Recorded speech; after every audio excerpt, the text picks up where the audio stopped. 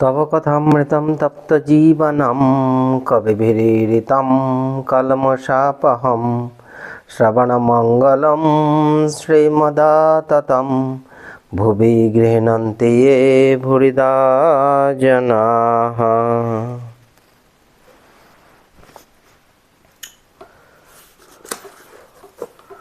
তোমার কথামৃত তাপদগ্ধ জনগণের জীবনস্বরূপ মুনিগণ কর্তৃক কীর্তিত পাপ সমূহের বিনাশক, শ্রবণ মাত্রই মঙ্গলপ্রদ ও সকল সম্পদের আকর। আগের দিন আমরা পড়েছি 286 পৃষ্ঠায়। তার আগে সারদাবাবুর সঙ্গে ঠাকুর কথা বলছেন। সারদাবাবু পুত্র শোকে অভিভূত, তাই তার বন্ধু অধর সেন তার ঠাকুরের কাছে তাকে দেখা করিয়ে দিয়েছেন। তিনি গৌরাঙ্গ ভক্ত, তাকে দেখিয়া ঠাকুরের গৌরাঙ্গের উদ্দীপন হয়েছে। ঠাকুর অধরের বাড়িতে এসেছেন দুর্গাপুজো দেখতে। তো এই সময় ওই গৌরাঙ্গের ভাবে ঠাকুর গান করছেন, আমার অঙ্গ কেন গৌর হলো, কি করলে রে ধনী, অকালে সকাল কইলে অকালেতে বরণ ধরালে, এখন তো গৌর হতে দিন বাকি আছে, এখনো তো দাপর লীলা শেষ হয় নাই, একই হলো রে কোকিল ময়ূর সকলই গৌর, যেদিকে ফিরাই আঁকি একই হলো রে একই একই গৌরময় সকল দেখি বলে ঠাকুর পুরো গান করছেন। আবার গৌরাঙ্গভাবে আবিষ্ট হইয়া গান করছেন, ভাব হবে বই কিরে ভাবনিধি শ্রী গৌরাঙ্গের, ভাবে হাসে কাঁদে নাচে গায়, বন দেখে বৃন্দাবন ভাবে, সুরধ্বনি দেখে শ্রী যমুনা ভাবে, এসব গান করছেন। আবার গান হচ্ছে, পাড়ার লোকে গোল করে মা আমায় বলে গৌর কলঙ্কিনী, এ কি কইবার কথা কইব কোথা, লাজে মোলাম ওগো প্রাণ সজনী। কত গান করছেন ঠাকুর। বলরামের পিতা বৈষ্ণব, তাই বুঝেই বা শ্রীরামকৃষ্ণ গোপীদের উদ্ভ্রান্ত প্রেমের গান গাইছেন। শ্যামের নাগাল পেলাম না গো সই, আমি কি সুখে আর ঘরে রই, আমি কি সুখে আর ঘরে রই, শ্যাম যদি মোর হতো মাথার চুল, যতন করে বাঁধতুম বেনি সই দিয়ে বকুল ফুল। এইভাবে ঠাকুর পরপর গান গেয়ে চলেছেন। আমরা আজকে নতুন পরিচ্ছেদ পড়ব, 31 পরিচ্ছেদ 287 পৃষ্ঠায়। শ্রীরামকৃষ্ণ সর্বধর্ম সমন্বয়ে বলরামের পিতার সঙ্গে কথা। বলরামের পিতার ভদ্রক প্রভৃতি উড়িষ্যার নানা স্থানে জমিদারি আছে ও তাহাদের বৃন্দাবন, পুরী, ভদ্রক প্রভৃতি নানা স্থানে দেব সেবা অতিথিশালা আছে। তিনি শেষ জীবনে শ্রী বৃন্দাবনে শ্যাম সুন্দরের কুঞ্জে তাহার সেবা লইয়া থাকিতেন। বলরামের পিতা মহাশয় পুরাতন বৈষ্ণব। অনেক বৈষ্ণব ভক্তেরা শাক্ত শৈব বেদান্তবাদীদের সঙ্গে সহানুভূতি করেন না, কেহ কেহ তাহাদের বিদ্বেষ করেন। শ্রীরামকৃষ্ণ কিন্তু ঐরূপ সংকীর্ণ মত ভালোবাসেন না। তিনি বলেন যে ব্যাকুলতা থাকিলে সব পথ সব মত দিয়া ঈশ্বরকে পাওয়া যায়। কোনো বৈষ্ণব ভক্ত বাহিরে মালা গ্রন্থপাঠ ইত্যাদি করেন, কিন্তু ভগবান লাভের জন্য ব্যাকুলতা নাই। তাই বুঝি ঠাকুর বলরামের পিতা মহাশয়কে উপদেশ দিতেছেন। পূর্ব কথা, শ্রীরামকৃষ্ণের বৈষ্ণব বৈরাগীর ভেগ গ্রহণ ও রাম মন্ত্র গ্রহণ। শ্রীরামকৃষ্ণ মাস্টারের প্রতি ভাবলাম একঘেয়ে হব। ঠাকুর বলছেন, আমিও বৃন্দাবনে বৈষ্ণব বৈরাগীর ভেগ লয়েছিলাম, 3 দিন ওইভাবে ছিলাম। আবার দক্ষিণেশ্বরে রাম মন্ত্র লয়েছিলাম, দীর্ঘ ফোঁটা গলায় হীরা, আবার কদিন পরে সব দূর করে দিলাম। এই হচ্ছেন ঠাকুর। দূর করে দিলাম মানে কিভাবে দূর করেছেন, আবার কতবার, সেই এটা তো এক একটা সাধনা যখন করেছেন তখন পরপর সেগুলো 3 দিন করে রেখে দূর করেছিলেন। তো ঠাকুরকে সেই একবার শাল দিয়েছিলেন মথুরবাবু, শালটার কি অবস্থা করেছিলেন উনি। বলরামের পিতাকে শিক্ষা। ঈশ্বর সগুণ, নির্গুণ, সাকার আবার নিরাকার। একজনের একটি গামলা ছিল, লোকে তার কাছে কাপড় ছোপাতে আসতো। ঠাকুর সেই রঙের গামলার গল্প আবার বলছেন। গামলায় রঙগোলা আছে, কিন্তু যার যে রং দরকার ওই গামলাতে কাপড় ডোবালেই সেই রং হয়ে যেত। একজন তাই দেখে অবাক হয়ে রঙওয়ালাকে বললে, এখন তুমি যে রঙে রঙেছ সেই রঙটি আমায় দাও। তখন মাস্টারমশাই স্বগোক্তি করছেন, ঠাকুর কি বলিতেছেন, সকল ধর্মের লোকই তাঁর কাছে আসিবে ও চৈতন্য লাভ করিবে।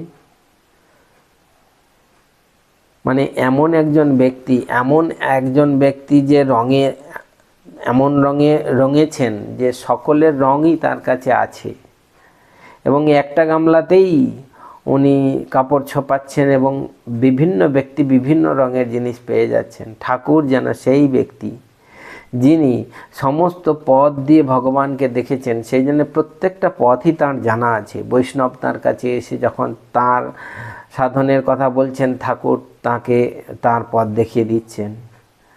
শাক্ত যখন এসে বলছেন, তখন ঠাকুর তাঁর পথ দেখিয়ে দিচ্ছেন। শাক্ত, বৈষ্ণব, শৈব যেই আসুক, মুসলিম, খ্রিস্টান, যিনিই আসুন, ঠাকুর যেন তাঁর পথটা দেখিয়ে দিচ্ছেন।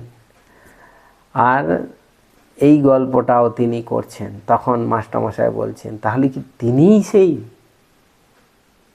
হয়তো বা তাই, হয়তো নয়, আমরা দেখছি তিনিই হয়তো সেই। শ্রীরামকৃষ্ণ আবার বলিতেছেন, একটি গাছের উপর একটি বহুরূপী ছিল। একজন লোক দেখে গেল সবুজ, দ্বিতীয় ব্যক্তি দেখল কালো, তৃতীয় ব্যক্তি হলদে। এইরূপ অনেক লোক ভিন্ন ভিন্ন রং দেখে গেল। তারা পরস্পরকে বলছে, না, জানোয়ারটি সবুজ। কেউ বলছে লাল, কেউ বলছে হলদে, আর ঝগড়া করছে। তখন গাছতলায় একটি লোক বসেছিল, তার কাছে সকলে গেল। সে বললে, আমি এই গাছতলায় রাত দিন থাকি, আমি জানি এইটি বহুরূপী, ক্ষণে ক্ষণে রং বদলায়, আবার কখনো কখনো কোনো রং থাকে না। শ্রীরামকৃষ্ণ আবার মাস্টারমশাই বলছেন, শ্রীরামকৃষ্ণ কি বলিতেছেন যে ঈশ্বর সগুণ, নানা রূপ ধরেন, আবার নির্গুণ, কোনো রং নাই, বাক্যমানের অতীত। আর তিনি কি ভক্তিযোগ, জ্ঞানযোগ সব পদ দিয়াই ঈশ্বরের মাধুর্য রস পান করেন? ঠাকুরের কথা শুনে মাস্টারমশাই সেইটার ব্যাখ্যা করতে গিয়ে বলছেন, নিজেই বুঝিয়ে দিচ্ছেন, মানে কথামৃত পড়লে কথামৃততেই তাদের যে কথা আছে তার ব্যাখ্যাই রয়েছে। মাস্টারমশাই ঠাকুরের কথাগুলোকে ব্যাখ্যা করেছেন যে ঠাকুর কি বলছেন, তাহলে ঈশ্বর সগুণ, আর নানা রূপ ধরেন, আবার নির্গুণ, কোনো রূপ নাই, বাক্যমানের অতীত। শ্রীরামকৃষ্ণ বলরামের পিতার প্রতি, বই আর পড়ো না, তবে ভক্তিশাস্ত্র পড়ো, যেমন শ্রী চৈতন্য চরিতামৃত। এইখানটায় একটুখানি আমাদের বুঝবার আছে যে তিনি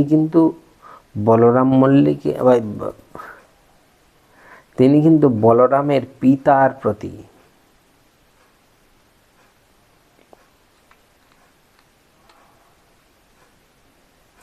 শ্রীরামকৃষ্ণ কিন্তু বলরামের পিতার প্রতি এই কথা বলেছেন। সকলের প্রতি যে বলেছেন তা নয়, যার যেমন ভাব সে তেমন গ্রহণ করবে। যে বই আর পড়ো না, তবে ভক্তিশাস্ত্র পড়ো, যেমন শ্রী চৈতন্য চরিতামৃত।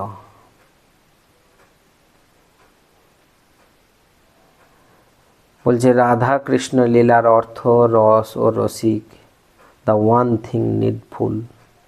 কথাটা এই, তাঁকে ভালোবাসা, তাঁর মাধুর্য আস্বাদন করা।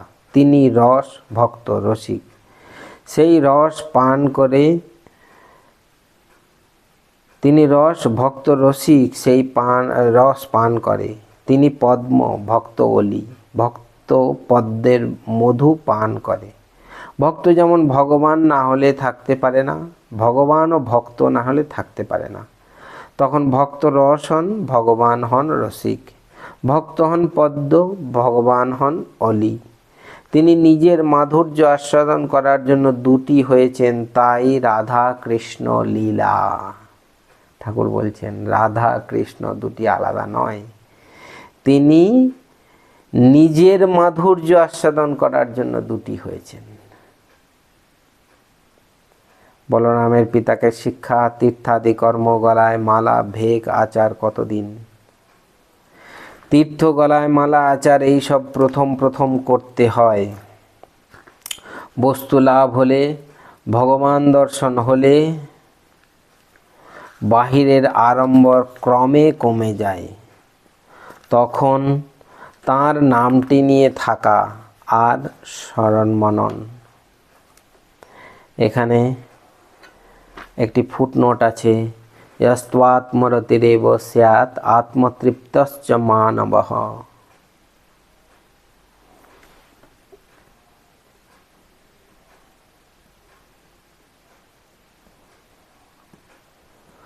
আত্মন্যেব চ সন্তুষ্টস্তস্য কার্যং ন বিদ্যতে।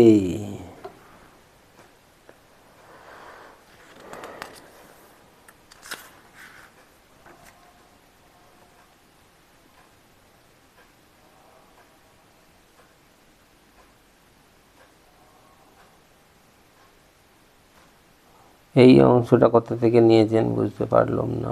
পরে পরে ব্রহ্মণি বিজ্ঞাতে সমস্তৈর নিয়মৈর, এটা কোথা থেকে নিয়েছে জানি না। তালবৃন্তেন কিং প্রয়োজনং প্রাপ্তে মলয় মারুতে, এটা খুঁজে বের করতে হবে। যাক, যস্ত্বাত্মরতিরেব স্যাৎ আত্মতৃপ্তশ্চ মানবঃ, এটার মানেটা হচ্ছে কিন্তু যে ব্যক্তি আত্মাতেই প্রীত হন, আত্মাতেই তৃপ্ত এবং আত্মাতেই সন্তুষ্ট, তাহার কোনো কর্তব্য নাই।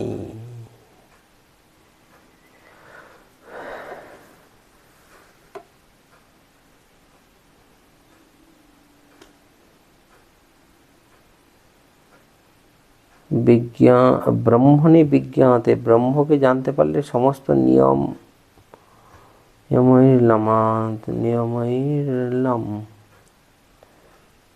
নিয়মের বাইরে চলে যায়, এরকম কিছু হবে। যাই হোক, 16 টাকার পয়সা এক কাঁড়ি, কিন্তু 16টি টাকা যখন করলে তখন আর অত কাঁড়ি দেখায় না। তাদের বদলে যখন একটি মোহর করলে তখন কত কম হয়ে গেল।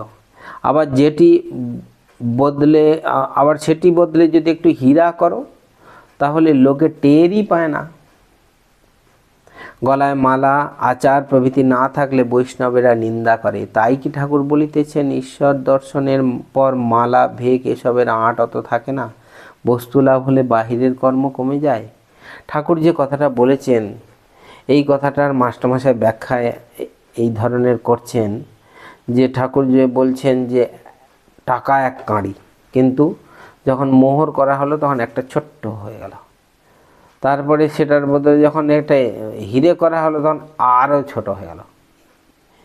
তেমনি মাস্টারমশাই বলছেন যে যাদের গলায় মালা, আচারী হয়, বৈষ্ণবেরা আচারী প্রভৃতি না থাকলে বৈষ্ণবেরা নিন্দা করে। তাই ঠাকুর বলছেন যে তারই যদি ঈশ্বর দর্শন হয়ে যায়, মালা, ভেক, তখন এইসব থাকে না, আঁট থাকে না, তখন বস্তু লাভ হয়ে গেছে। সেই জন্যে একবারেই সেটি ভিতরে ছোট্ট হয়ে গেছে। ছোট্ট হয়ে গেছে মানে সেই যে এত তার বস্তু লাভ হওয়া মানেটা কি? বস্তু লাভ হওয়ার মানে তার যে প্রেম, তার যে ভাব, সেটা এত ঘনীভূত হয়ে গেছে যে সেটি মনে হচ্ছে খুব ছোট হয়ে গেছে। আর ওই সব বাহিরের ইয়েগুলো দরকার হচ্ছে না। বাহিরের যে মালা, ভেগ, এইসব করা, তিলক কাটা, এইসবগুলো তখন আর থাকে না।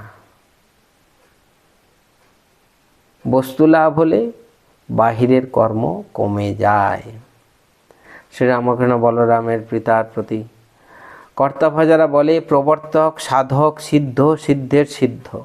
প্রবর্তক ফোঁটা কাটে, গলায় মালা রাখে, আর আচারী সাধক তাদের অত বাহিরের আড়ম্বর থাকে না, যেমন বাউল। সিদ্ধ যার ঠিক বিশ্বাস যে ঈশ্বর আছেন। সিদ্ধের সিদ্ধ যেমন চৈতন্যদেব ঈশ্বরকে দর্শন করেছেন আর সর্বদা কথাবার্তা আলাপ। সিদ্ধের সিদ্ধকেই এরা সাঁই বলে, সাঁইয়ের পর আর নাই।